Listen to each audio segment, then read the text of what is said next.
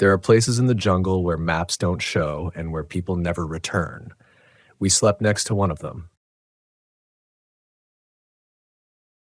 The property had been sitting unsold for 3 years, an odd little anomaly in my rotation of Georgia woodland listings. I was used to old cabins falling into disrepair, plots of acreage inherited by heirs who never set foot on the land, or hunting tracts that had long ago lost their charm. But this one was different. The paperwork listed it as a modern glass-structured retreat, built in the early 2000s. The photos showed a transparent box tucked into a dense patch of pines, framed like an art museum in the wild. The strangest part was that I had never once been able to line up a showing. Interested buyers would call, maybe even drive past the access road, but then they'd cancel. The excuse was always vague: bad feeling, sudden family emergency, something about the road not being where the map said. The owners had long since stopped asking me for updates. They wanted it gone, but they didn't want to step foot near it either. So when I decided to check the property again for myself, to update the listing, maybe take some fresh photos, I told myself it was just another walkthrough. A chance to get out of the office, breathe some pine-thick air, and remind myself why I loved this job. A glass house in the middle of the forest. It practically marketed itself. The first hint that something was off came before I even reached the house. The dirt road leading in from the highway was narrow, overgrown with wiregrass and brambles. My SUV scraped branches on either side as I inched along, wondering how delivery trucks had ever managed to get building supplies in here. The further I drove, the more I realized the forest around me wasn't like the rest of rural Georgia's open, scattered pines. Here, the trees pressed together like walls, their trunks lined in thick mats of brown needles, and the air smelled resinous, sharp, almost medicinal. When I finally spotted the roofline of the glass house through the branches, I actually stopped breathing for a second. It stood out like a mirror among shadows, a cube of glass panels reflecting the sun, but the reflections were wrong. Where there should have been the same dark, thick pines behind me, I saw something lighter. Open spaces like fields, maybe birch trees. For a moment, I thought it was just the angle of the sun or some trick of double-paned glass. But as I pulled closer and parked, the illusion stayed. I stepped out of the car and shouldered my bag, squinting. In front of me was the house. Clean lines, glass from ground to roof, framed in steel beams, weeds curling along the foundation. The real forest crowded tight around it, dense, needle-carpeted ground, no understory plants, just the kind of pine thicket that muffled sound. But in the reflection of those glass walls, it looked like another world. Pale sky, thin trees spread far apart, patches of tall grass moving in a wind I couldn't feel. I stood there for a long time, longer than a sane real estate agent should have, just staring at the house and its twin that didn't match. Then I told myself I was being ridiculous. Properties get eerie when they're left alone for too long. Places collect silence. You start to project things into the emptiness. The front door was locked, but the key from the management company slid right in. The handle felt cold, even in the late Georgia summer heat. Inside, the air smelled like old wood polish and something faintly chemical, like the back room of a hardware store. The house was simple, open floor plan, no interior walls, just furniture scattered like a showroom. A leather couch, a wooden dining table, empty bookshelves, no dust, no cobwebs, no animal nests, despite how long it had been vacant. I lifted my camera, thinking I'd snap a few shots, but something about looking through the lens made my throat tighten. Through the glass walls, I didn't see the thick pines I had just driven through. I saw that same other forest again, lighter, more open, the kind of place where you could actually see the horizon. And worse, when I panned my camera across the interior, the reflection caught more than me. I swear there were shapes moving between the far-off trees. I lowered the camera. Nothing. Just me, the couch, and the quiet, suffocating weight of pine around me. I tried to shake it off by doing what I always did in houses like this, running through the checklist. Windows sealed, floors level, foundation stable. The house passed everything unnervingly well. It felt less like a place that had been neglected and more like a place that had been waiting. At some point, I realized the silence wasn't natural. Forests hum with background noise, birds, cicadas, distant woodpeckers, even in the hottest hours of the day. But here, standing inside that glass house, I couldn't hear a single thing. No wind, no insects, just my own heartbeat in my ears. I opened one of the sliding glass doors to prove to myself that I wasn't imagining it. The door glided smoothly, silent. Outside, the pines pressed close, resin-scented air hot against my face. Still nothing. No cicadas, no birds. Just a suffocating emptiness like the forest was holding its breath. I pulled out my phone to check the time, maybe text my office. No signal. Not a single bar. That wasn't unusual out here, but combined with everything else, it made me feel suddenly too far from anyone who could hear me if I shouted. I closed the glass door and locked it. And that was when I saw it. Across the glass, in the reflection, one of those shapes between the trees had stopped moving. It was standing still, the vague outline of a person, or at least something upright, long-limbed. My breath stuttered. I spun around to face the real forest, but of course there was nothing there. When I turned back to the reflection, the figure was gone too. I told myself it was a trick of light, a double image of me, maybe. I forced myself to keep moving, to take more photos, to do my job. But every time I glanced at the glass, there was a sense of something waiting in that other forest, just at the edge of the frame, watching. When I finally decided I had enough photos and notes, I packed up quickly, eager to get back to my car. But as I pulled the front door shut, I noticed something that hadn't been there before.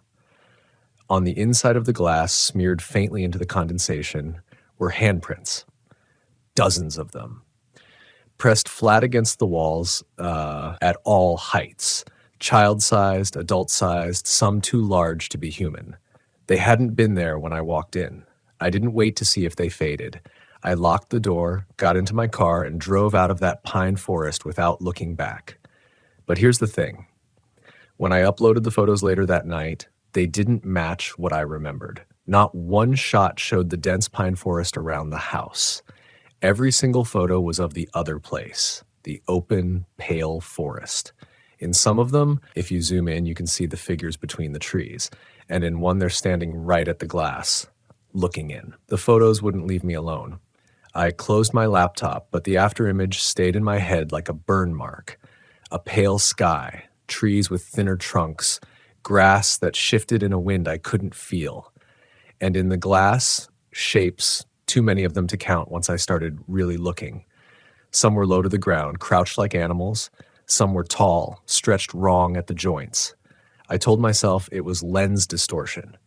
Reflections can do strange things with exposure. I knew enough about photography to almost believe that, but not enough to explain why in one image my reflection wasn't there at all. I poured myself 2 fingers of bourbon, sat at my kitchen table, and tried to convince myself it had just been an odd property visit, something I could write up in the MLS listing, gloss over with the right language. Unique modern construction, immersive glass experience.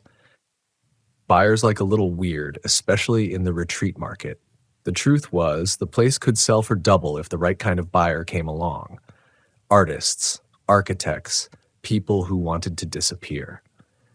But I didn't sleep well that night. When I did drift off, I dreamed of standing inside the house again, surrounded by glass walls.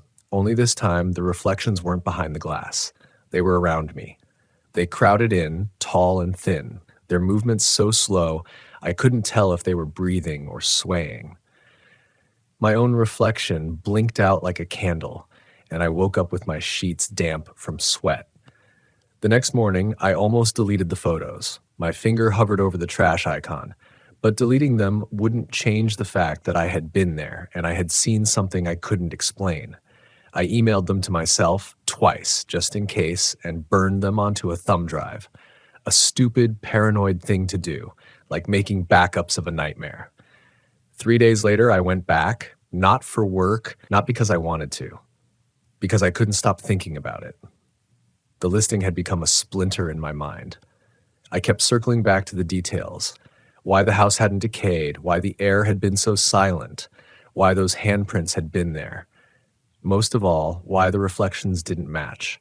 I told myself I'd go during daylight, in and out, just enough to prove it had been a trick of exhaustion or light or heat shimmer, enough to walk away with peace of mind.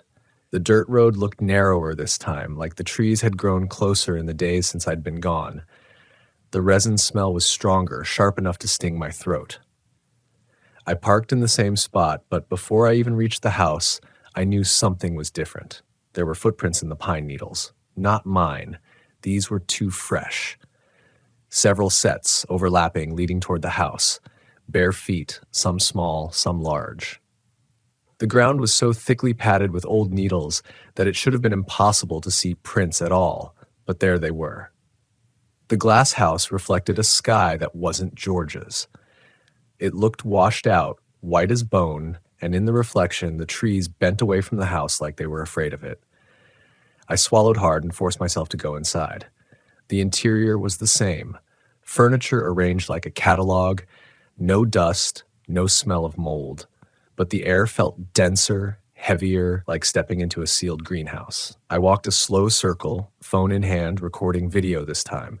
Every pane of glass I passed showed me that other world, pale and open, where the forest wasn't pressing in but retreating back. I whispered out loud, maybe to steady myself, "There's nothing here, just glass, just reflections." That's when the sound started, a faint clicking, like pebbles tapping together. It came from the glass itself. I pressed my ear close to one of the panes. The clicking grew louder, faster, until it sounded almost like teeth chattering. In the reflection, the grass rippled, though there was no wind in Georgia that day, and something was moving closer. A tall figure, no face, no details, just the suggestion of mass and height. It leaned against the glass from the other side. The surface under my palm went cold. I stumbled back, heart hammering, fumbling for the door. But when I turned, there were more of them.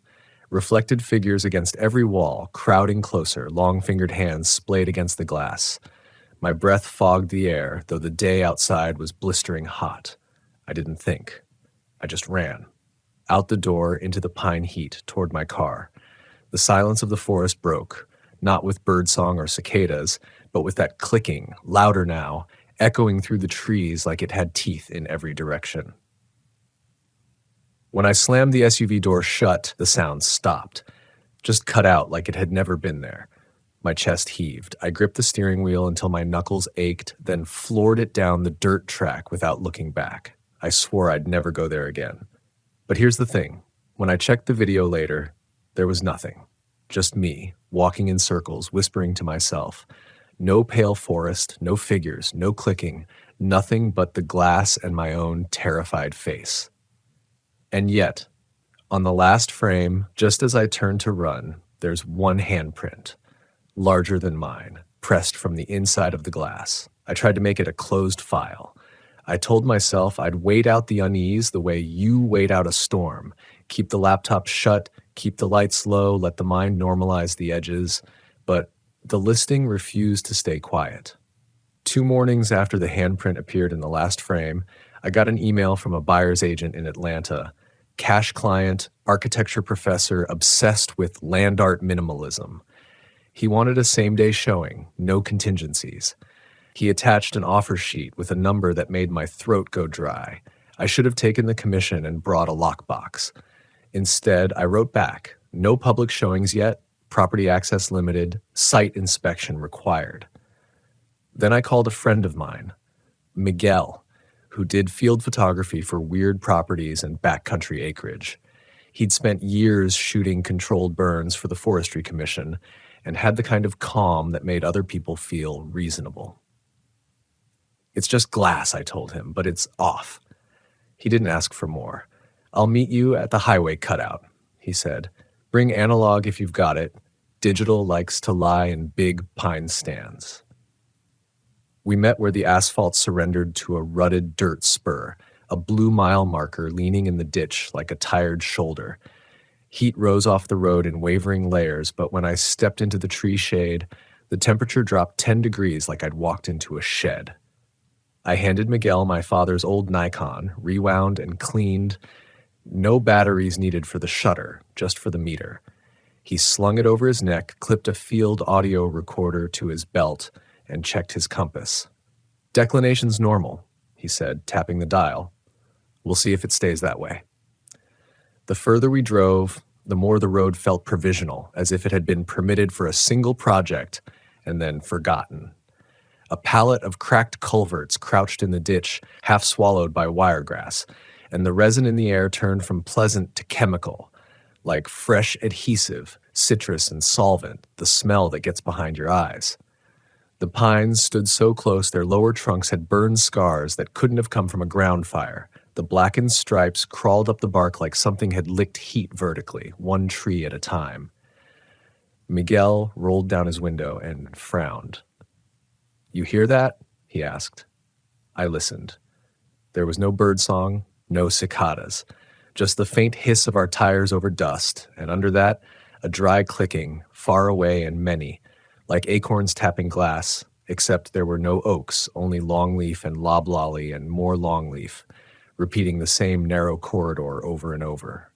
100 yards before the house, a side track peeled off to the left, its entry hidden under broom sedge. Someone had once graded it with care, a small roll of crown in the center, ditch lines shallow but clean. I saw concrete glinting between the stems and braked. "We're early," I said, a lie meant to make the turn seem reasonable. We bumped down the spur and found 4 concrete pads in a staggered line, each the size of a single RV platform. The power pedestals still stood, rusted boxes with 30 and 50 amp sockets, meters empty-eyed. One pedestal had a faded sticker half torn, Patriot Pines, nightly and seasonal, cash only. I'd never seen anything like it in the parcel documents. I crouched and brushed needles off the pad. Under the resin mat was a child's sock petrified in pitch, stuck like a bug in amber. Miguel's camera clicked once, then again. He was shooting the pedestals, the way the forest pressed tight to the concrete edges, how the wiregrass swirled in patterns like current lines around pilings. He didn't ask the obvious questions. We both knew abandoned campgrounds don't simply vanish from county files. The main track reconverged with the sightline to the house. Sun flared white off its panes. The reflections hit us from 2 angles at once, like entering a hall of mirrors built by a surveyor who hated straight lines.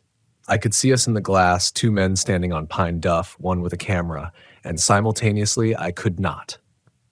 In one pane we were present, in another we were a half-second slow, in another we were smears of posture and color imitating us badly. Beyond those misbehaviors, the other forest lay out like a schematic. Pale trunks, wide spacing, tall grasses bending in a wind that refused to cross the threshold into Georgia. Miguel raised the Nikon, took 3 slow frames across the facade, rewound, and then looked past the camera with his naked eyes. "You feeling the drop?" he asked. The warmth bled off my skin before the clicking began, as if something in the glass pulled heat first, as a courtesy, the way a hospital cools a room before the machine goes on. Then the sound found us, light taps, then a run of clicks chasing each other around the walls, tiny fast teeth around a rim. Miguel set the Nikon down and switched on the audio recorder. The LED flickered, then steadied, then dimmed as if the device had decided to be polite and fail slowly. He put the recorder on the sill of the open side door and stepped inside. I followed, every instinct telling me to stop at the threshold and every calculation about commission and duty pushing me forward. Inside, the air was sealed greenhouse and dental office at once. Warm breath and disinfectant ghost. The house wore its staging like a set, nothing personal, all plausible. The glass surrendered nothing of the pines we'd driven through. It only gave us that foreign stand. And in it, figures stationed at measured intervals the way survey flags mark a transect. Thin, upright, heads not where human heads should be, but higher or lower depending on which pane you believed. If I looked directly, they dissolved into the usual warps of reflection. If I let my eyes drift to the periphery, they grew crisp. I realized my breathing had synchronized to the clicking without consent. In, tiny run of teeth. Out, blank quiet. In. The rhythm did something to focus, like being rocked for too long in a small boat. Miguel walked a slow semicircle and pressed his palm to the glass. Cold, he said, voice flat. Not outside ambient. Cold like a window in January with heat off. He frowned, dug a pocket thermometer from his vest, and held it a half-inch from the pane. 72 in the air, 52 on surface. That's not physics with this much sun. He took another reading. 48 now. Dropping. Hear that? It always follows the temperature. Warmth goes first. Noise second. He smiled without humor. Predators work that way sometimes. Drain you before they step in. I don't know why I asked, maybe to sow the moment to real science. What did you shoot in those burn units a few years back? Didn't you say the fire changed the soundscape before anything else? He nodded, still watching the glass. It emptied the birds. They go silent when a pressure wave comes. Doesn't have to be fire. Storms. Big mammals. Even people with enough intent. In the far pane, the northern face by the dining table, something leaned. It didn't move closer in the way bodies move. It corrected the distance between us, as if distance were a bookkeeping error. Hands, or the correct term would be terminals, ends of long appendages, contacted the glass from the other side with careful care, the way a mechanic touches a hood to feel the engine hum through the steel.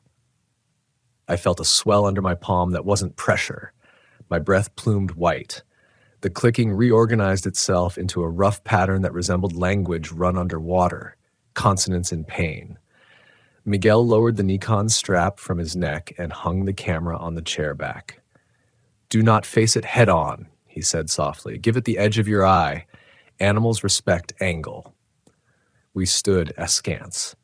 Behind us, in a pane that should have offered my back and a repeat of the furniture, the house's interior was occupied by more of those stations, equidistant, a grid advancing. Some were low enough that the smears of knotheads rested level with the tabletop. The audio recorder ticked once, then laid down a long, thin line of static that tasted like a 9-volt battery held to the tongue. I said Miguel's name without meaning to. The pane by the kitchen stuttered and restabilized, and suddenly we weren't reflected at all. Though we still existed in this space, bodies throwing no image. Something in me tilted. Trust breaks that way. Not with a bang, but with a held breath that goes on too long to be civilized. Miguel spoke to the air. If you're a lens, I'm fine with that. If you're a corridor, I'd like you to stay closed.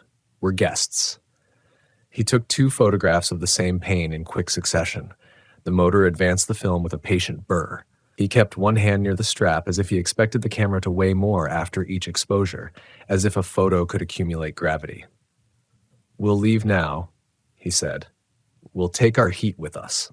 We made it 3 steps toward the door before the geometry changed.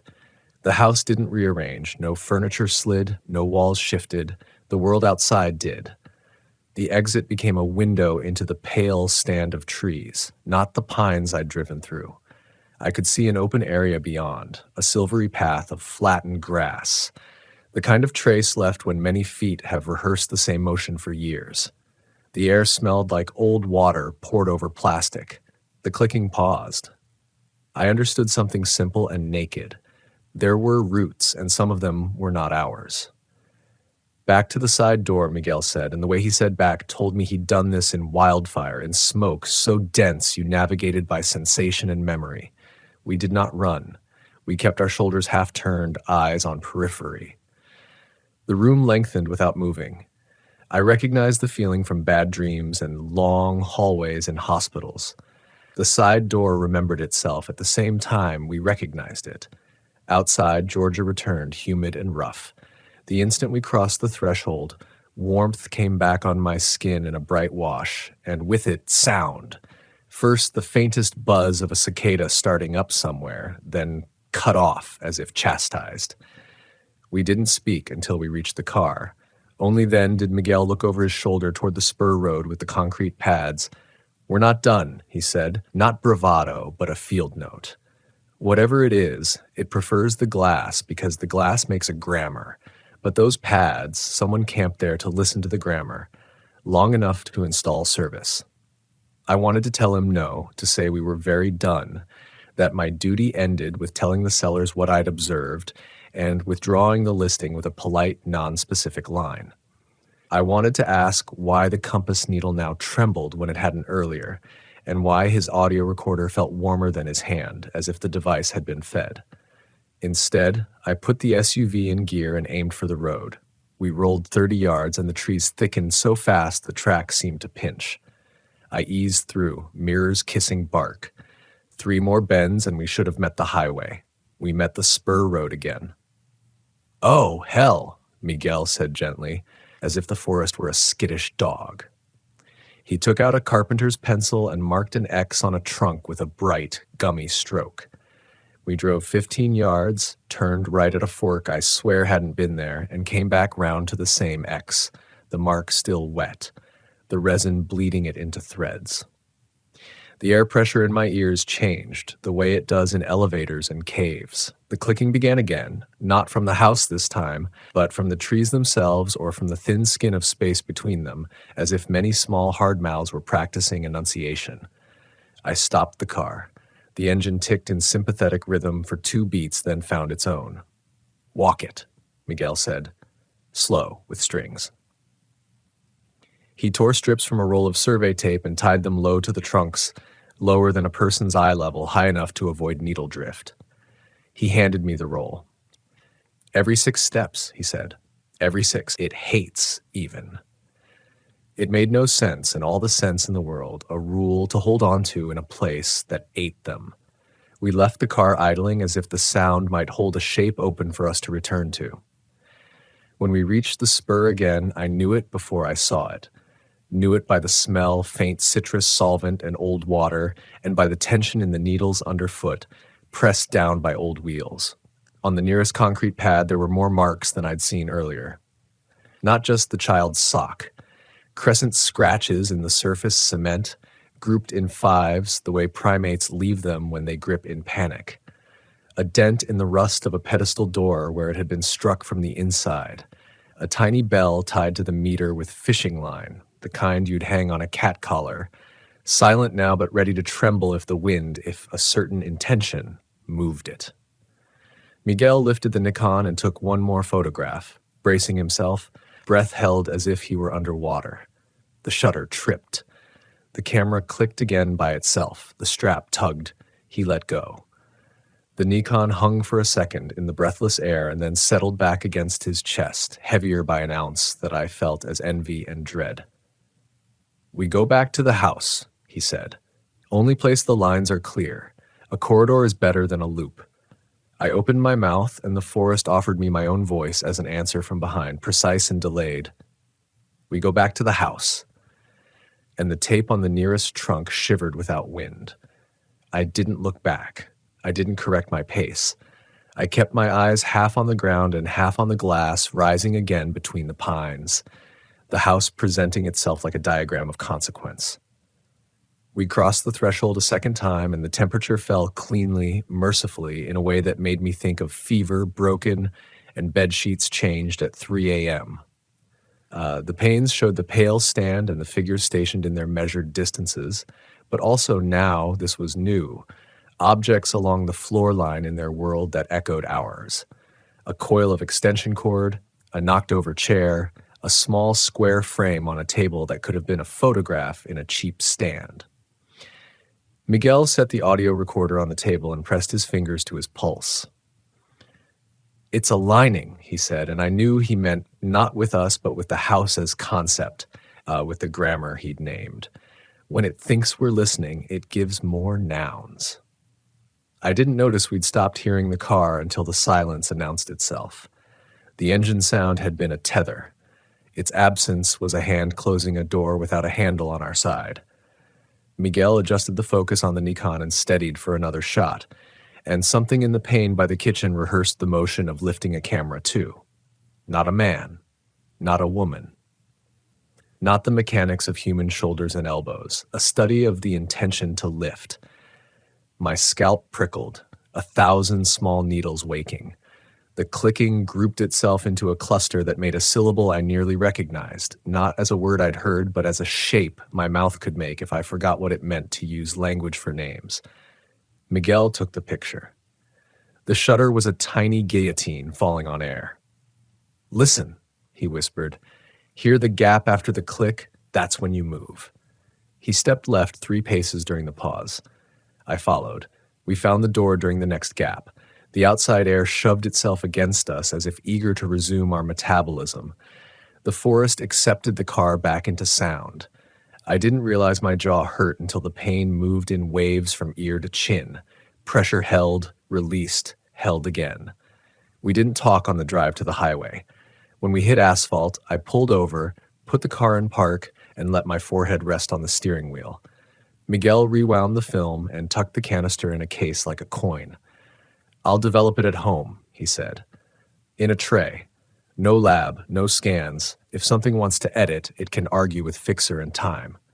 "You'll come back," I said, and it wasn't a question. He looked out at the pines, then at the glass memory they kept in their shade. "I think somebody already did," he said, eyes on a line I couldn't see. "Camped long enough to listen. Built a glass to talk through. Maybe they thought they were making a mirror. Maybe they were making a door." That night, I heard clicking in the walls of my house. Not a mouse, not a pipe, more like the sound cheap picture frames make when they settle. I turned every photograph face down. It didn't help. The heat in my skin faded a degree before it started, then returned when it stopped. I lay in bed and counted the gaps. In the second gap after the longest sequence, my phone lit without ringing and showed me a preview of a message that didn't exist. A map pin overlaid on a pale stand of trees. The caption was just a time, 03-17. I closed my eyes and promised myself I would call the sellers in the morning, withdraw the listing, write up a careful legal letter. At 3v17, the air in my room cooled with clean intent, and somewhere, a tiny bell I didn't own made a sound like breath catching on metal. I didn't make the call. The morning came, pale and ordinary, and my hands shook too much to draft the letter. Coffee scalded my tongue, but the warmth felt stolen, not earned. The photos I'd left face down on the counter seemed heavier than paper should be, as if gravity pooled under them. When I flipped one over, just one, to reassure myself, it wasn't the print I remembered. It showed the glass house, yes, but the panes reflected my own kitchen instead of pines. And in that reflection, the chair at my table was occupied. I put the photo back down and left the house for a drive that had no destination. Asphalt under tires was its own therapy, the rhythm of lines ticking past. But no matter which road I took, I kept seeing corridors of pines at the periphery. Even in stretches of open farmland, I caught phantom lines of trees closing in, waiting for me to slow. By noon, I called Miguel. He answered on the second ring, his voice tight. "You've heard it too," he said, not a question. I told him about the photo, the reflection. He told me he'd developed the first roll. "They're not stable," he said. "One exposure shows us, the next, nothing but that pale stand. Another, the camera itself, like it turned and looked backward while I held it still. I didn't move." He paused. "I think the glass doesn't just show, it exchanges." The line crackled, faint static like teeth on glass. "Meet me," he said.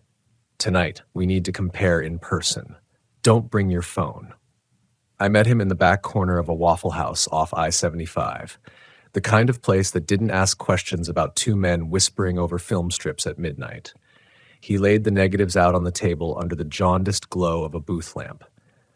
The images swam dark and unfamiliar, yet the geometry was clear. Each frame was a house, but each house a different version. In some, the furniture was gone. In others, the furniture had multiplied. 6 chairs where there had been 4, tables stretched like reflections in carnival mirrors. And in one strip, the handprint was there again, pressed against the inside of the glass. Larger now, covering half the pane. The waitress came by with coffee and didn't glance once at the film. Her eyes slid over it, as if her mind had been coached not to notice. Miguel leaned in close. "If the house is a door," It means something's already learned how to lean through. He tapped the negative with one blunt finger. We saw its hand. What happens when it remembers its arm? I wanted to argue, to rationalize, but every word tasted like denial. What do we do? I asked.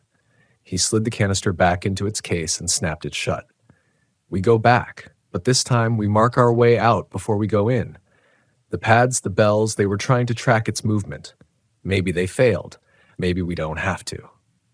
We returned 2 nights later. Dusk draped the forest in violet shade, and the air was heavier than before, humid and metallic. The dirt track seemed shorter, as if the woods had learned to compress the distance. This time, Miguel brought more than cameras, a spool of survey tape, a carpenter's chalk line, and 3 small brass bells he clipped to his belt. If they ring, he said, we go. No questions, even if it's mid-step. The house gleamed ahead, brighter than dusk should allow, like it had its own hidden sun. And again, the reflections didn't match. The pale forest in the panes was lit by daylight, though our side was sinking into night. We entered with the same ritual as before, half-turned shoulders, eyes grazing the periphery. The air dropped in temperature instantly. This time, though, the silence was different. Not absence, but waiting. Miguel tied tape to the leg of the dining table and stretched it toward the door, not laying a lifeline. I followed, my every sense tuned to the panes. And in them, the figures were closer. No longer stationed at measured intervals, they were pressed right against the glass, heads bent as though studying us. Some tall, some small, all wrong. The clicking began, low and syncopated, then surged into a rhythm that didn't stop with our breathing. It ran independent, a conversation we weren't invited into. And then the first bell rang. A tiny metallic tremor, so soft it could have been mistaken for an insect hitting brass. But the sound shot through me like a current. Miguel froze, every line in his body rigid. Door, he said. Now. We moved for the threshold, but the house wasn't cooperating. The panes rippled, not visibly, but in that way space feels when heat distorts it. The door we'd come through was no longer a rectangle cut into glass, but another pane showing the pale forest beyond. In that instant, I knew the truth. We hadn't brought the house back with us. It had followed into the roads, into the photographs, into the air between words. Miguel shoved the chalk line into my hands and hissed, "Mark something. Anything. Our world doesn't like to be written on. It makes it hold." I dragged the chalk across the glass itself, blue dust streaking down the pane, and for 1 second, just one, the reflection fractured, the pale forest splitting from ours like oil from water. The door flickered back. We burst through into night air thick with cicadas. Warmth hit me like surfacing from a cold lake. The bells stopped ringing, but as I turned back for one last look, the house's panes weren't empty. They showed my kitchen, the table, the chair, and in the chair, me. I started locking every door in my house at night, even the ones that didn't need locks. It wasn't rational. Glass doesn't respect locks, but I couldn't sleep without hearing the clack of the bolt sliding home. Even then, the air cooled before I drifted off. That subtle, surgical drop in temperature, just enough to tell me the line between the house in the woods and the house I lived in was thinning. The photographs multiplied. I hadn't printed any new ones, but each morning there'd be another on the counter, or slipped under the front door, or resting against the bathroom mirror. They all showed the same thing, the glass house in Georgia, but reflected in its panes was my home, my windows, my furniture. In one, I could see myself brushing my teeth. The first night the handprints appeared on my own windows, I nearly tore the blinds down in panic. They weren't greasy or dusty, just faint streaks of condensation against the glass. Tall, narrow palms, too many fingers. They'd be gone by dawn, like the glass itself had decided to clean up after the visit. I called Miguel every day, and every day he sounded further away. Not just distracted, literally distant, like a delay in the line. He told me the bells had started ringing in his apartment at night, even though he'd hung them on hooks above the stove. "I don't think it's about the house anymore," he said once, his voice thin.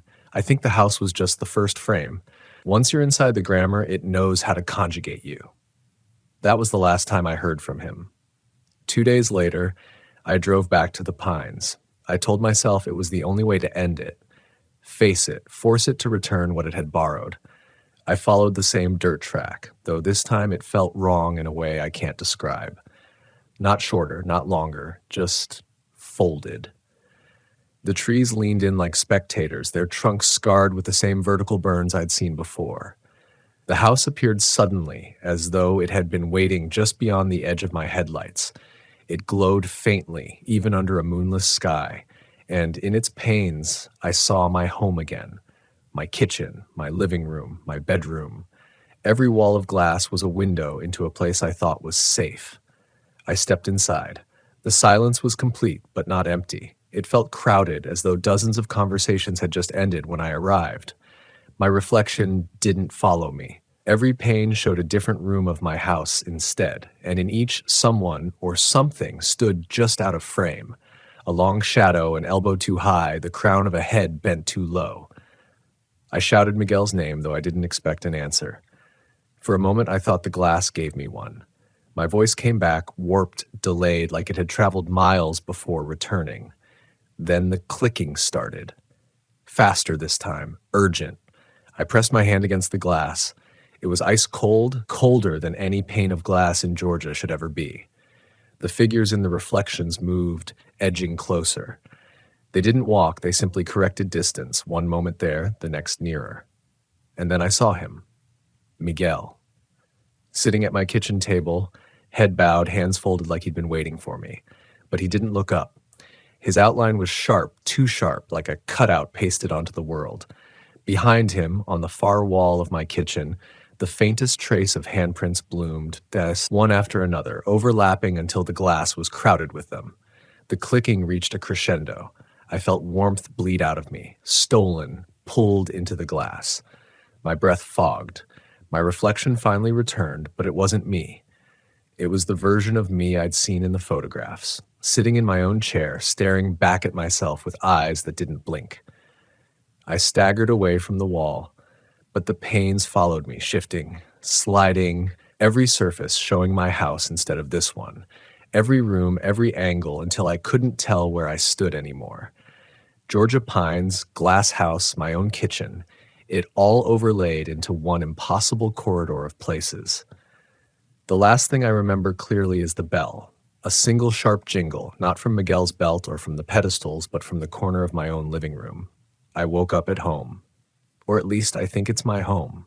Everything looks right. The photos on the wall, the couch, the smell of coffee in the morning, but the windows fog over at night. The glass is always cold to the touch, no matter the season, and sometimes when the silence stretches too long, I hear clicking. Not outside, not inside. Somewhere in the middle. I don't go near mirrors anymore, and when I catch my reflection in the window, I don't always trust that it's mine. I should have trusted the silence. That was my first mistake. Out here in Alaska, silence isn't peace. It's warning, a vacuum that means something else has already claimed the sound. My name is Daniel, I'm 47, and I've spent half my life on the road in an RV, chasing the solitude of America's forgotten places. I've slept beside empty deserts, camped under red canyons, and parked along forest trails so deep even the stars seemed to forget they had a sky to shine in. But nothing in the lower 48 prepared me for Alaska. It wasn't just the scale of it, or the cold that crept beneath your jacket and stayed there like a secret. It was the way the land seemed to hold memory, as if the ground itself remembered every pair of boots that ever walked across it, and resented each one. I had read about the ghost town months before. No glossy brochures, no park service trails, just a paragraph buried in an old camping forum. If you drive past Copper River Valley, take the unmarked road north. 20 miles of gravel, maybe less if the bridge is washed out. There's a mining town nobody talks about. Don't stay past dark unless you know the rules. The rules. That phrase hooked me. I thought it was another Alaskan exaggeration, the kind of tall tale fishermen swap over beers. But as I turned my old RV onto the gravel road that day, I realized the air itself seemed to be holding its breath. The road narrowed quickly, tree branches clawing the roof like they wanted me to turn back. My headlights cut tunnels through the spruce, and each mile felt less like distance and more like crossing into a world where time wasn't welcome. I kept telling myself it was just a place where miners once broke their backs and left when the veins ran dry. But in my gut, I felt it. This was no ordinary abandonment.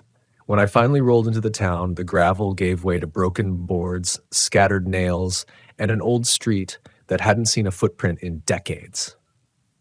The buildings sagged but refused to fall, like they were holding themselves up for me alone. Windows gaped open, but the glass wasn't shattered. It had been removed carefully, like someone wanted the houses to breathe. I parked the RV in the middle of what used to be the main street. The sign above the general store was bleached to nothing, the letters eaten by time, but I swore I could still make out the faint word, provision. That's when I noticed it. The town wasn't empty. Not exactly. Every porch, every doorway, every window had something waiting in it. Not people, not flesh and bone, but objects. A tin cup sitting on the railing, a pair of boots placed neatly on the stoop, a lantern hung at eye level, though no flame burned inside. The arrangement was too careful, too deliberate, and as I looked closer, I realized the pattern. Every object was paired always two. 2 cups, 2 boots, 2 lanterns. I laughed under my breath, because what else do you do when something makes no sense? Probably a prank, I muttered, though no one was there to hear it. But my voice sounded wrong, as if the town swallowed sound whole and gave nothing back. I set up camp in the RV, though part of me already wanted to leave. My instincts whispered, but I drowned them out with the routine. Stove, coffee, journal, maps. Normal things. But even with the heater running, I couldn't shake the chill. I told myself it was just Alaska's air, thin and sharp. Night dropped fast, the sun didn't sink, it was yanked away, leaving a sky smeared with bruised purple. That was when I heard it, the first knock. It was faint, steady, almost polite, like a visitor knocking on the door of a house that no longer belonged to anyone. I froze, spoon halfway to my mouth. Then it came again. 3 taps. A pause. 3 more. I tried to laugh it off. Wood settling, I whispered. But when I looked at the RV's door, I swear I saw the metal flex, as if something outside had leaned against it. The rule, I thought, the forum post. Don't stay past dark unless you know the rules. What rules? I stayed awake most of that night, the knock repeating every half hour, never louder, never closer, just steady as a heartbeat. When I finally dozed near dawn, I dreamed of boots lined up on porches, of voices reciting numbers I couldn't remember when I woke.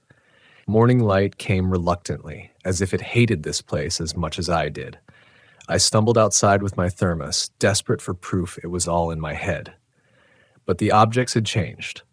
The boots weren't on the porches anymore. They were in the street. Pairs of them, lined up one after another down the length of the town, toes pointed north, as if waiting for something to march through. I stood there with my coffee trembling in my hand, telling myself I should leave. But there's a strange magnetism in fear. It pulls you closer to the thing you should run from. And I told myself I was here to learn, to test my limits, to gather stories that meant something. What kind of story would it be if I fled the first morning? So I stayed. By afternoon, I wandered the town. The general store still had shelves, though every jar and can had been scraped clean. The schoolhouse had desks, but each one held 2 stones stacked neatly, as if they'd replaced the children who once sat there. And always that pattern of 2s. When the sun began to dip again, I felt my chest tighten. The air grew heavier, pressing against my skin like damp cloth. And when the knock returned, softer this time but still precise, I realized something terrible. The sound wasn't random. It was a code. 3 knocks. Pause. 3 knocks. Pause. 2 knocks. Over and over. I didn't know what it meant, but my gut told me it wasn't meant for me. It was meant about me. That night, I made the mistake of looking out the RV's small rear window. The boots were gone from the street. but I could see the faint outline of them arranged in a circle just beyond the reach of my headlights, toes pointed inward. And in the center of the circle, something stood. I couldn't make out its shape, just that it was tall, unmoving, as if carved from the same wood as the abandoned houses. But when the knock came again, this time from the glass itself, I dropped the curtain and didn't open it again until morning. I don't remember falling asleep. I only remember the dream, a voice whispering, "You're breaking the rules. 2 stay. 1 goes." And when I woke, the passenger seat of my RV was wet, as though someone had been sitting there all night. The seat was wet in a way that unsettled me more than anything I'd seen outside. Not rain, not condensation. It was darker, almost oily, as if the air itself had left residue when pressed into the fabric. I touched it with the edge of my sleeve, and a shiver rippled through me. The dampness was cold in a way that had nothing to do with temperature, like touching stone that had been buried for centuries. I stood there, staring at the seat, knowing in my bones what it meant. I had not been alone in the RV. I wanted to deny it, wanted to believe that somehow I'd spilled water from the thermos I never opened in the night. But when I leaned down closer, I saw something else etched faintly into the seat cushion. Impressions. The weight of someone sitting, still visible, the fibers bent in perfect alignment with the shape of legs that weren't mine. I backed away, knocking my shoulder against the kitchenette counter. My chest felt hollow, like air had been sucked out of it, and yet, against all reason, I whispered into the empty space, "What rules?" Silence. I should have driven off then. I should have turned the RV around, rattled down the gravel road, and never looked back. But fear doesn't just paralyze, it persuades. It tells you that if you leave now, you'll never know the answer, and the not knowing will eat you alive. So instead of leaving, I opened the door and stepped outside. The town was watching. That's the only way I can describe it. No movement, no sound, every window and every empty doorway seemed angled toward me, their absence heavier than presence. That's when I noticed something new. On the steps of the schoolhouse, written in chalk that hadn't been there the day before, were numbers. 2-1, 2-1, 2. The chalk was fresh, the strokes thick and clean. I stared at it until my eyes blurred. The pattern matched the knocks from the night before. 3-3-2. It wasn't random, it was instruction. The rules, I thought. I walked slowly toward the schoolhouse, every step feeling like it pushed me deeper into a pact I hadn't agreed to. When I reached the steps, I crouched down and touched the chalk. It smeared beneath my finger, leaving white dust on my skin. Real. Present. As though someone had just written it. I whispered the numbers under my breath. 2-1, 2-1, 2. And as I spoke them, I noticed movement down the street. The boots. They weren't lined up in the road anymore. They had returned to the porches, but this time, only one boot at each doorway. Not a pair. Just one. The symmetry was broken. The rule had shifted. By late afternoon, I couldn't focus on anything else. My journal sat open on the table, but all I wrote was the sequence. Over and over, filling pages with chalk numbers in ink. 2-1-2-1-2. I wasn't trying to solve it. I was trying to memorize it. As the sun fell, the knock began earlier, this time on the side of the RV against the panels. 2 knocks, a pause, 1 knock, 2 again, 1. The code lived now in rhythm, matching the chalk perfectly. I sat in the driver's seat, gripping the wheel, though I had no intention of starting the engine. My breath fogged the glass, and then I realized something that nearly undid me completely. The knocks weren't just on my RV, they were coming from every house at once. A chorus of knocks, faint but in unison, carrying through the town like a heartbeat multiplied. My scalp prickled. I pressed my palms against my ears, but it didn't stop. The rhythm lived inside me now, pulsing through my veins. I whispered to myself, trying to anchor my thoughts. It's just wind. Just the wood. Just the cold. But deep down I knew. This was the land speaking. This was the memory of the place reminding me I'd crossed into something sacred, something forbidden. The lanterns appeared that night. I hadn't seen them lit before, but when I opened the curtain after the knocking slowed, Every single lantern in the town burned with pale flame. Not yellow, not orange, white like bone-catching light. Each porch glowed, casting shadows that stretched long and twisted across the empty street. And in those shadows, I saw movement. Not figures, not bodies, but outlines, like the shapes of people carved out of smoke. They moved between the porches, pausing at each lantern, bending as though bowing. I pressed my forehead to the cold glass, too terrified to blink. That's when I realized there were 2 shadows missing. Every lantern had one shadow, except for the general store at the end of the street. There, 2 stood together, taller than the rest, facing directly toward my RV. I backed away from the window, heart pounding, and stumbled into the passenger seat, the wet seat. The cushion was dry now, the indentation gone, but as I sank into it, I felt pressure, like something pressing back, invisible but present. And then a voice spoke. It wasn't loud. It wasn't even clear. It was the kind of voice you hear when you're half dreaming, half waking, the whisper of thought that doesn't belong to you. 2 stay, 1 goes. The rule. I sat frozen, every nerve screaming to move, but I didn't. And then the lantern flames began to dim, one by one, until only the 2 at the general store remained. The town exhaled, a silence heavy as stone, and I realized the night was over. At dawn, I walked outside again, though every instinct begged me not to. The boots were gone. The chalk had vanished. The lanterns were unlit. But in the dirt road, carved deep into the soil, were tracks. Not boot tracks, wheel tracks.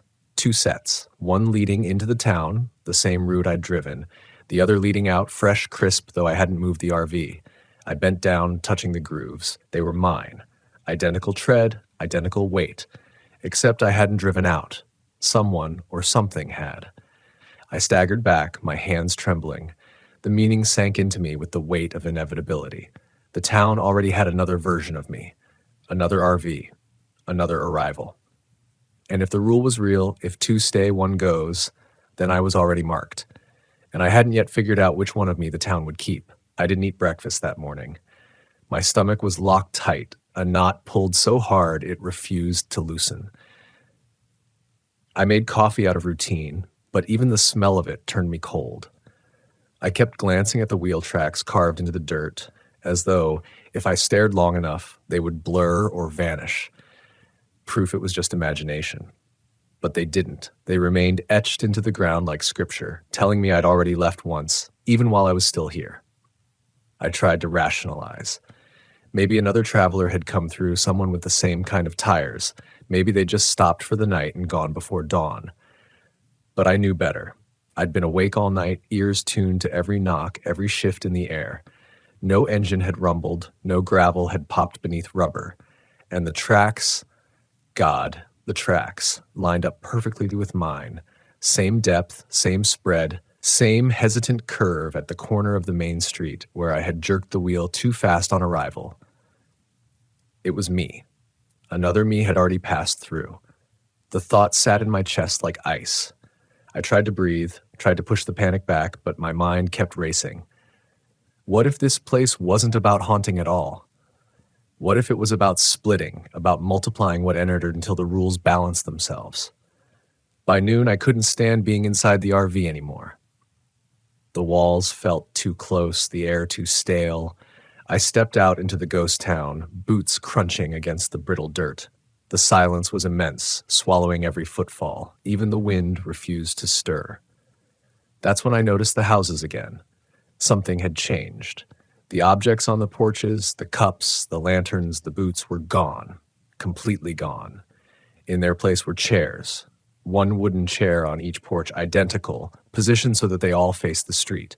Their backs were straight, their legs sunken a little into the boards from weight long removed. But it wasn't the sight of them that made my throat close. It was the sound. As I walked past the first chair, it creaked. Not from wind, not from my steps vibrating the porch, but as though someone invisible had shifted in the seat.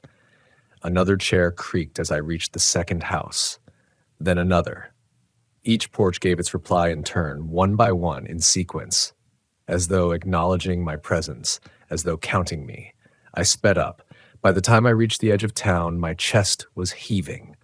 The chairs had all creaked in a rhythm, a call and response that matched the numbers I'd scrawled endlessly in my journal. 2, 1, 2, 1, 2. I couldn't take it. I turned and ran back to the RV, my boots skidding on loose gravel.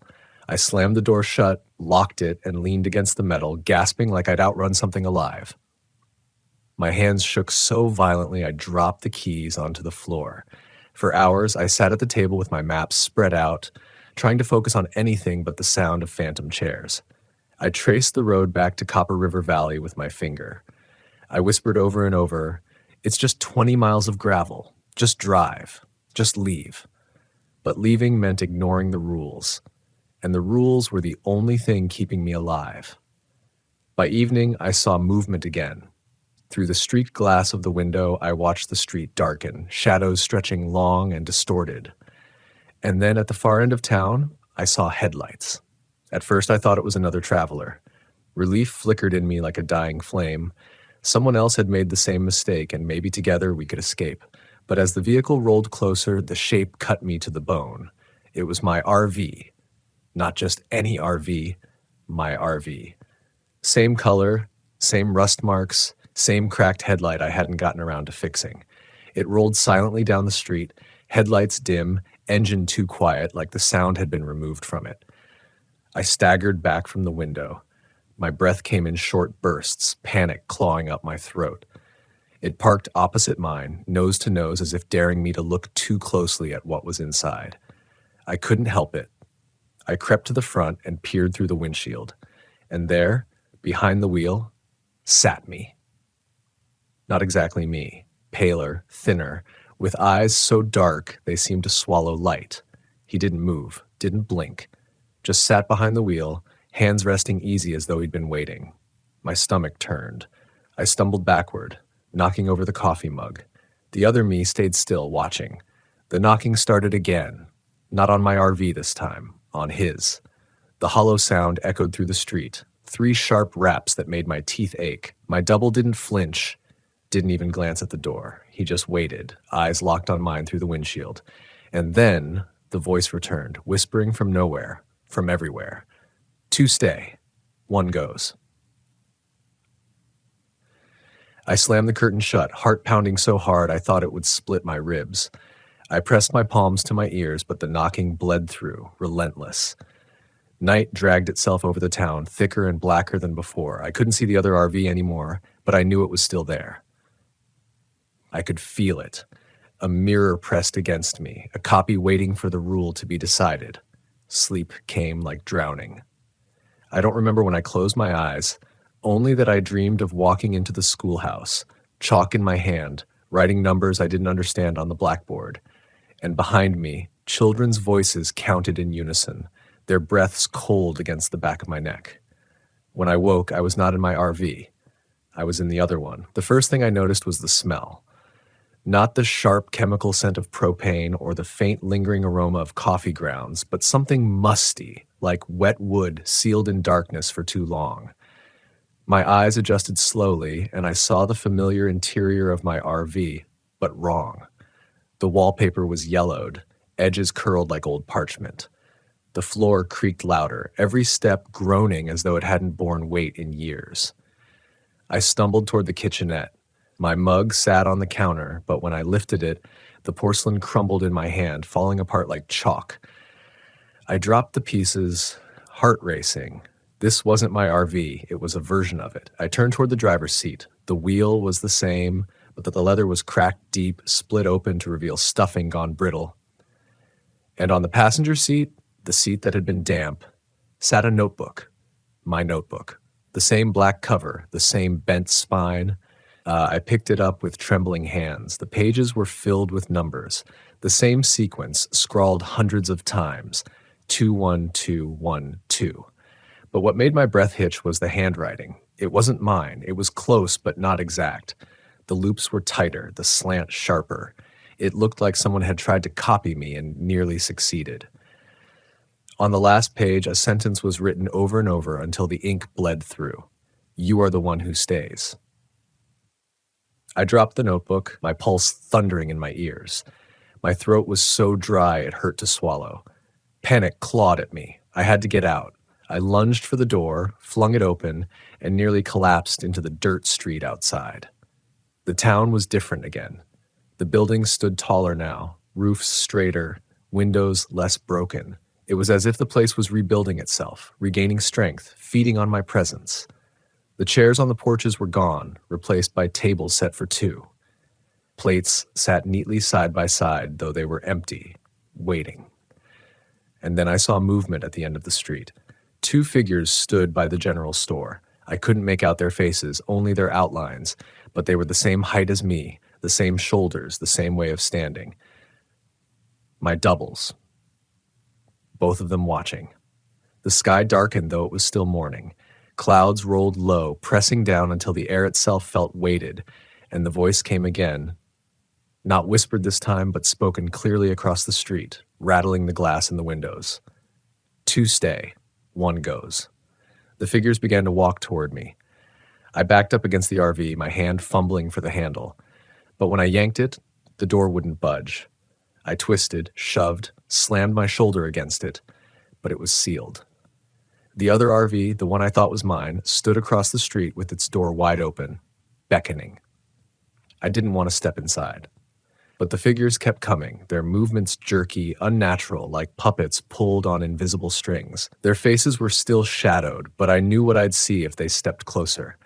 My own eyes, my own mouth, my own fear reflected back.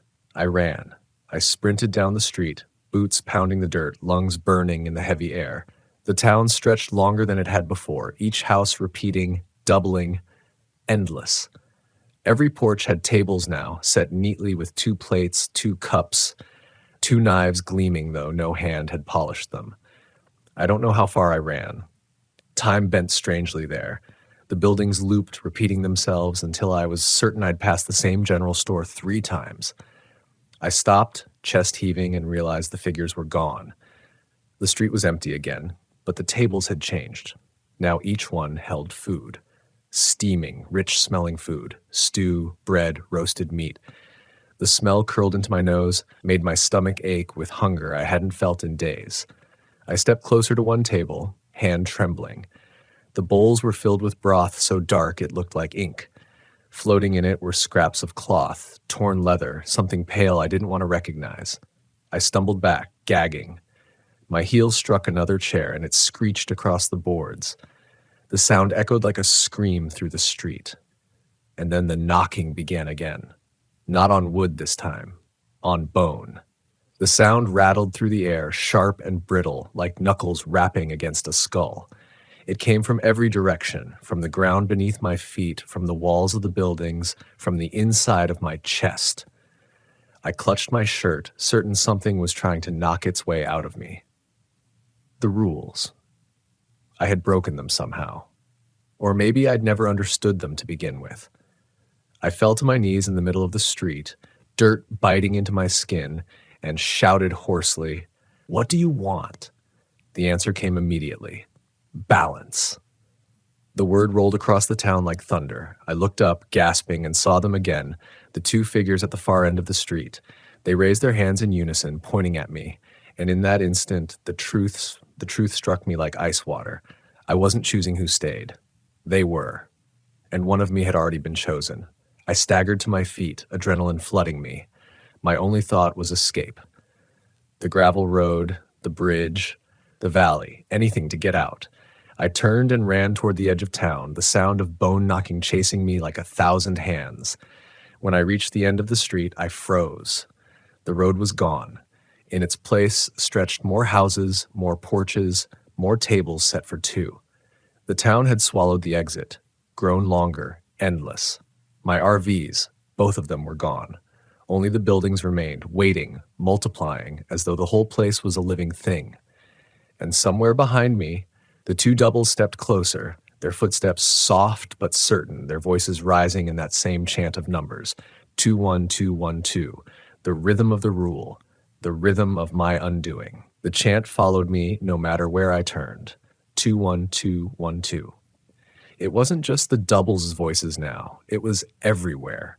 woven into the windless air, pulsing through the walls of the town, echoing inside my head like a second heartbeat. Every time I tried to push it out, it came back louder, sharper, until my own breath fell in rhythm with it. I staggered into a side alley between two leaning houses. The shadows here were thicker, pressing in close, cool against my face. The ground was soft with moss, too green for this place, damp as though it had been watered recently. I braced myself against the warped siding, heart hammering, lungs dragging air that felt heavier than smoke. That was when I heard it, the sound of chairs scraping. I turned my head slowly toward the alley's mouth. The tables had followed. No longer only on porches, they stood in the dirt itself. Long wooden tables stretching down the alley, each set with 2 plates, 2 cups, and 2 chairs. And in the chairs, I blinked. My gut turned to stone. In the chairs sat people, not living, not entirely. Their faces were pale, drained of color, lips cracked like dry riverbeds. They sat perfectly still, spines straight, hands folded neatly in their laps. Every one of them was paired, 2 by 2, lined down the tables like some endless banquet of silence. And the worst part, each face was mine. Dozens of me stared forward, eyes empty, pupils clouded white. Some were younger versions, clean-shaven with fewer lines. Others were older, with gray hair and sunken cheeks. All of them wore the same expression, resignation. My throat locked. I stumbled back until my shoulders hit the wall, my legs refusing to hold me steady. My voice came out hoarse, a whisper. No, that's not. One of them, an older version, with deep grooves etched across his forehead, turned his head just slightly. His eyes locked on mine, and in a voice low and cracked, he spoke. You are late. The rest followed. One by one, the mouths opened, all speaking together, the chant threading through their dry lips. 2, 1, 2, 1, 2. I clamped my hands over my ears, squeezing my eyes shut, rocking against the wall. But the sound was inside me now, pounding against my skull. I wanted to scream, to drown it out, but my throat only released broken gasps. I forced my eyes open again, and the tables were empty. The chairs were vacant, the plates dry, as though no one had ever sat there. But in the dirt between them, pressed deep into the earth, were footprints. Dozens of them. My boots all marching the same path, all in different directions. I bolted from the alley. Back on the main street, the sky had gone wrong. It wasn't cloudy anymore. It was blank, as if someone had scraped away the sky altogether. No sun, no stars, just a pale sheet that made shadows sharper and darker. And standing in those shadows were the doubles. Not 2 this time. Dozens. They filled the street, all dressed in my clothes, all standing with the same posture, their faces voids where features should be. Every one of them turned toward me at once. My legs nearly gave out. The sound of their voices surged, low and unified, filling the air like the roar of a collapsing building. 2 stay, 1 goes. I ran again, but it felt like running through a dream. The buildings shifted, lengthening, doorways opening onto more doorways, streets folding into each other. Every corner I turned, more of me stood waiting, silent, patient, blocking every path forward. Finally, I collapsed in the dirt, chest heaving, throat raw. I curled my fingers into the soil, desperate for something real. But even the dirt felt wrong, soft as ash, like it had been sifted from bone. The doubles closed in. They didn't rush, didn't reach. They simply formed a circle around me, their numbers swelling until the entire town was ringed with my own shapes, staring down with those hollow faces. My body trembled uncontrollably. I wanted to fight, to scream, to claw my way through them, but I couldn't move. The voice returned, stronger than ever. Not theirs, not mine. The town itself. The rule is balance. And then the circle parted. Down the main street, the 2 RVs waited, mine and the other. Both doors open now, wide and inviting. Inside each, the driver's seat gleamed faintly, leather smooth, wheel steady, as though one was meant for me and one was meant for the version that would remain. I understood then. This was the choice. Or maybe the illusion of choice. 2 would stay. 1 would go. And the town didn't care which. My legs moved before my mind could catch up. I stumbled toward the RVs, my heart hammering in rhythm with the chant that never stopped. My breath came ragged, throat burning, chest hollow. The doubles didn't follow. They just watched, waiting, patient. I stood between the two RVs, sweat slicking my palms. Both interiors looked the same, smelled the same, held the same worn maps and empty mugs. Yet I knew instinctively they weren't the same. One let out, one locked you here forever. But how could I know which? The knocking began again. This time it came from inside both RVs. The doors trembled, the walls shuddered, the very frames rattled under the rhythm. My knees buckled, my mind screaming with the sound. I pressed my hands to my head, staring wildly between the two open doors. That thought was when I saw it. In the corner of one RV just above the kitchenette, scrawled in chalk, faint but unmistakable, 21212. The rule. I don't know why that made me choose. Maybe it was recognition, maybe it was madness. But I ran into that RV, slammed the door shut, and twisted the key with shaking hands. The engine sputtered, coughed, then roared to life.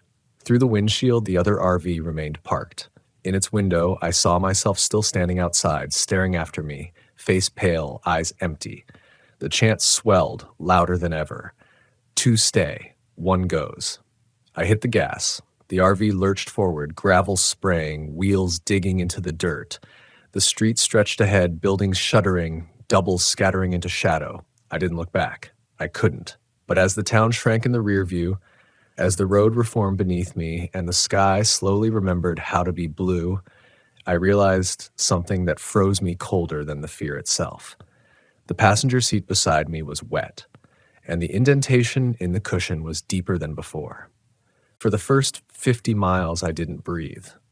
Or maybe I did, but every inhale felt borrowed, every exhale felt like it belonged to someone else. The road beneath me was real again. Gravel crunching, stones spitting against the undercarriage, but I couldn't shake the feeling that it was only pretending to be real, like a stage built just wide enough to keep me moving forward. The silence was worse than the chant. I kept waiting for it to return, for the rhythm to slam against the walls of my skull. But there was nothing. No wind in the trees, no animal cries, not even the soft hum of insects. Just the groan of the engine and the sound of my own heart, loud and disjointed in my chest. I forced myself to glance at the passenger seat. Still wet. The indentation hadn't softened. If anything, it had deepened, the impression more distinct. Someone or something sat there even now, though invisible. I swore I could feel it, the pressure tilting the balance of the RV slightly to the right. "Who are you?" I whispered, my voice trembling. The seat didn't answer, but the windshield fogged faintly on that side, as though someone had leaned forward to breathe against the glass. I gripped the wheel tighter, knuckles bone white. My body screamed to pull over, to fling the door open and run. But where? I was still deep in Alaska, miles from the Copper River Valley, and further still from any town that could offer help. And what would I even say if I found someone? "Hi, I think a ghost version of myself is following me around?" No, I couldn't explain this. Not to anyone. The sun sat low, its light thin and metallic, painting the mountains in distant gray. I kept driving, my eyes burning, refusing to blink too long in case the road dissolved beneath me. Every shadow seemed too tall, every curve of the forest leaned too close, as if the land itself wanted me back. By nightfall, I found a clearing off the road, little more than a widened shoulder cut into the trees. My body begged for rest, but every nerve fought it. Parking meant stopping, and stopping meant giving the rules time to catch up. I killed the engine anyway. The silence that followed was crushing. I sat there for long minutes, fingers still curled around the wheel, waiting for the chant to start again. But only my pulse filled the cabin. Finally, I forced myself to move. I stumbled to the back, collapsed onto the thin mattress, and pulled the blanket over my head like a child hiding from monsters. My body shook so violently I thought the whole RV might rattle apart. Exhaustion dragged me under despite myself. I dreamed. Not of numbers this time, not of boots or doubles or rules. I dreamed of the tables. They stretched for miles, a banquet that threw mountains and valleys, forests and rivers. And every chair was filled. Not just with me, but with everyone who had ever camped here. Every traveler who had wandered into that ghost town and thought they were alone. Their faces were pale, their bodies still, their voices silent, but their eyes moved. All of them, all together, and they were watching me. When I jolted awake, the blanket clung to my skin, damp with sweat. I sat upright, gasping for air. It was still dark outside, but something was wrong with the air inside. It was warm, too warm, like someone had been breathing heavily for hours. I turned my head, dread twisting my stomach. The passenger seat wasn't wet anymore. This time it was occupied. He sat there calmly, hands folded in his lap. My face, my eyes, my body, perfectly mirrored. He didn't move, didn't even blink, just stared at me with a calmness that was worse than rage. His clothes were dry, clean, neater than mine had been in days. I scrambled backward, hitting my shoulder against the wall.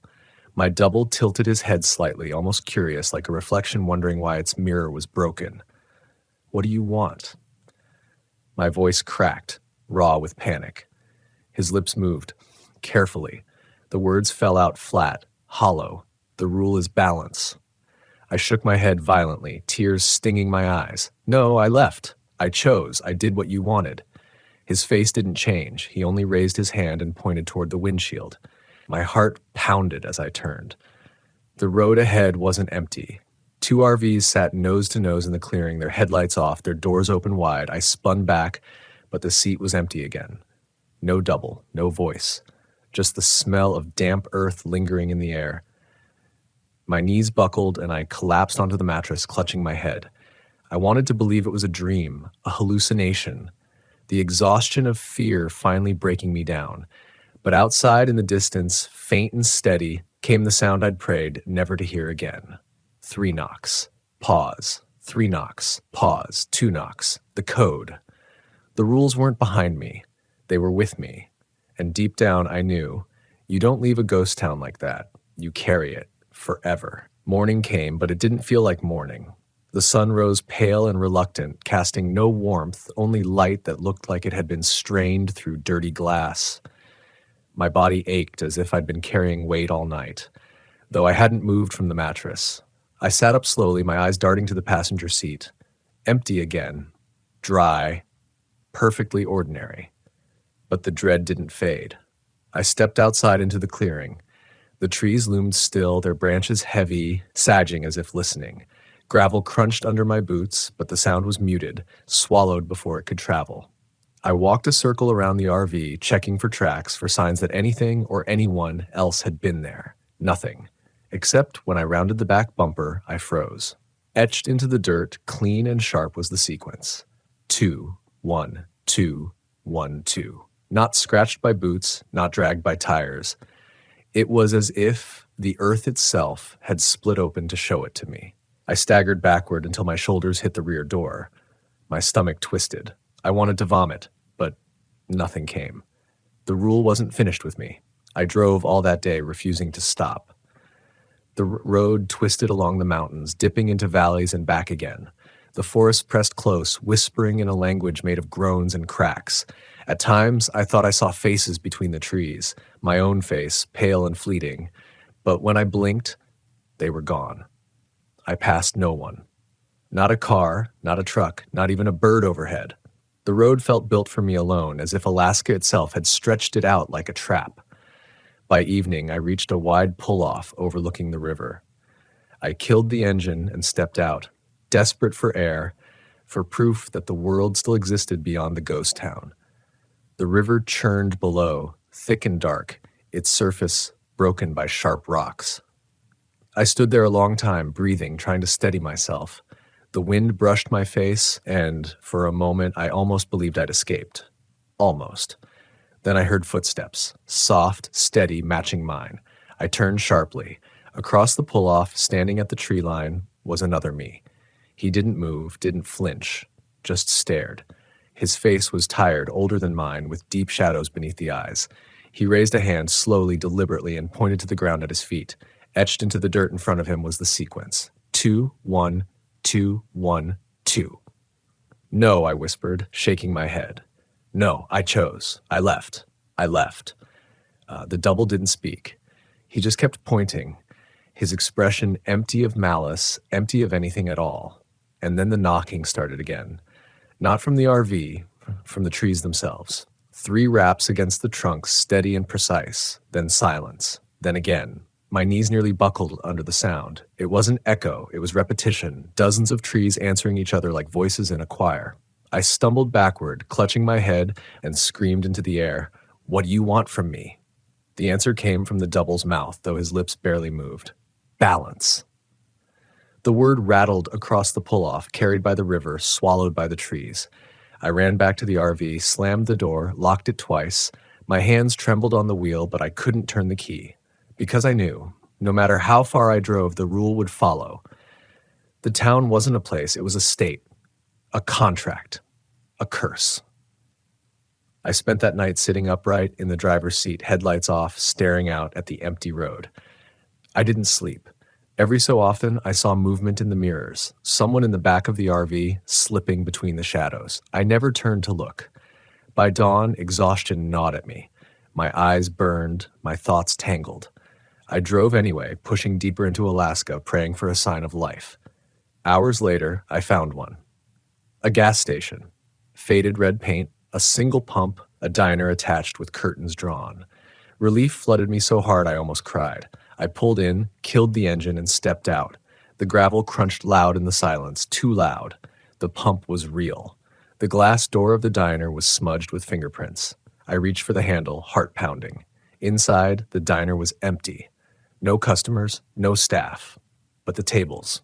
2 plates, 2 cups, 2 forks. Every booth said exactly the same. And in the corner, written on the chalkboard menu in large, uneven strokes, 21212. My knees weakened. I staggered backward, nearly tripping over the threshold. The realization struck like a blade. There was no leaving it. Not the town, not the rules. They had spread, spilling out into every place I would ever go. The ghost town wasn't behind me anymore. It was inside me. I drove again. Not because I thought I could escape, but because stopping felt like surrender. The road blurred into endless gray. The forest leaned closer, whispering. Every so often I glanced at the passenger seat, bracing for someone to be there. It remained empty, but the cushion was always indented, always waiting. By the 4th day on the road, my reflection had changed. Every time I glanced in the rearview mirror, the face staring back lingered a half-second longer than it should have. The blink was delayed, the mouth twitched differently than mine. Once, I caught the reflection smiling when I wasn't. That was when I tore the mirror down and threw it onto the passenger side floor. But it didn't matter. Glass was everywhere in an RV. Windows. Cabinet doors. Even the dark reflection in the stove surface. I couldn't escape myself. The nights were the worst. I stopped sleeping. Every time I closed my eyes, I was back in that street, circling between 2 RVs, the doubles waiting for me to make the wrong choice. The chant hummed like static beneath my dreams. Sometimes I woke to find numbers scrawled across my journal, though I hadn't written them. Sometimes they were on my skin. I'd rub at my arm, furious, terrified, until the chalky white smears faded into nothing. 21212. I tried to drive south, thinking maybe if I could just get back to the lower 48, the weight would lift. The land would forget me. But the miles stretched wrong. Signs repeated, the same turnoffs appeared again and again. I passed the same rusted billboard 3 times in one day. It was the ghost town all over again. Streets folding into streets, exits leading only back inside. One evening, just as the sky bruised purple, I pulled off the highway to a clearing of tall grass. I left the engine running, too afraid to kill it.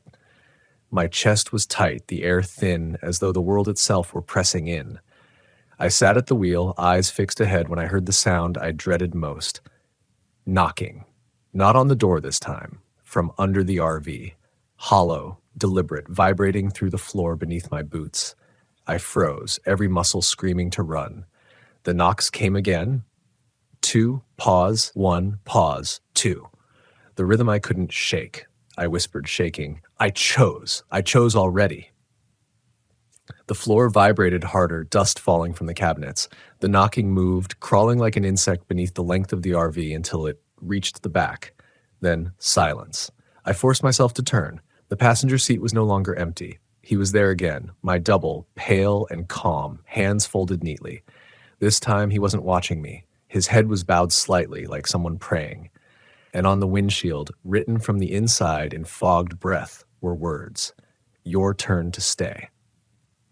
My chest collapsed inward. I slammed the door open, staggered out into the grass, my legs nearly buckling. The sky above swirled darker, clouds rolling heavy though no storm came. The air smelled sharp, metallic, the way blood smells when it hits snow. I turned toward the RV. There were two of them, side by side, identical, both with engines humming, both with headlights cutting pale cones into the grass. "No," I whispered, backing away. "No, no, no."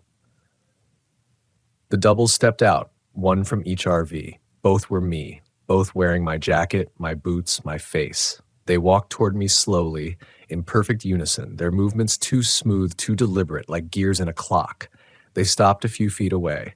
One lifted his hand and pointed back at the first RV. The other pointed at the second. And then, in one voice split between two mouths, they said, "Choose." My knees shook so hard I dropped into the dirt. Tears blurred my vision, panic clawing my throat. I screamed into the empty air, "I already chose. I chose before. What do you want from me?" The doubles tilted their heads in perfect unison. One stepped closer, crouched so his face was level with mine. His eyes were mine, but hollow, endless, swallowing all light. "Balance," he whispered. Behind them, more figures poured from the tree line. Dozens of me. Their boots pressed the grass flat, their hands folded, their lips murmuring the code. A circle formed just like in the town, all watching, all waiting. The doubles straightened, their arms still outstretched toward the RVs. Two would stay, one would go. And I understood in that hollow silence what the truth had always been. The choice was never about which RV I entered. It was never about roads or towns or distance. The rule wasn't about them. It was about me. Two versions of myself had to remain behind, part of the balance, part of the endless banquet of doubles. One version, maybe this one, maybe not, would walk free, but I could never know which. I stood on trembling legs, the grass wet beneath me though no rain had fallen. My body moved without my mind's permission. Step by step, I walked toward the two RVs, their doors yawning open like mouths. My doubles parted to let me through, their silence more suffocating than sound. I stopped between the doors, every muscle quivering. My heart hammered, begging me to run, but there was nowhere left to go. I looked from one to the other. Identical. Waiting. The chants surged around me. 2-1-2-1-2. I stepped forward, and as my foot crossed the threshold, I felt the weight lift from my chest, only to crash down heavier than before. Because as the door swung shut behind me, I heard footsteps outside. 2 sets. Heavy. Permanent. 2 stayed. And 1 went. I don't know if the one writing this is the one who escaped. I only know the seat beside me is never empty. The cushion always indented, the air always damp, and sometimes when I close my eyes, I feel him lean closer. Waiting. The miles blurred into one another until time itself felt fractured. Days bled into nights without clear borders, only the constant hum of the engine and the weight of the unseen passenger beside me. I drove because it was the only thing left to do. Stopping meant surrender, meant letting the silence catch me completely. And yet, the farther I went, the more the world seemed to hollow out. Gas stations stood abandoned, their signs swaying though no wind moved. Rest stops appeared with picnic tables arranged in pairs, plates already set though no food sat upon them. Forests leaned closer to the road, their trunks marked with faint numbers carved deep into the bark.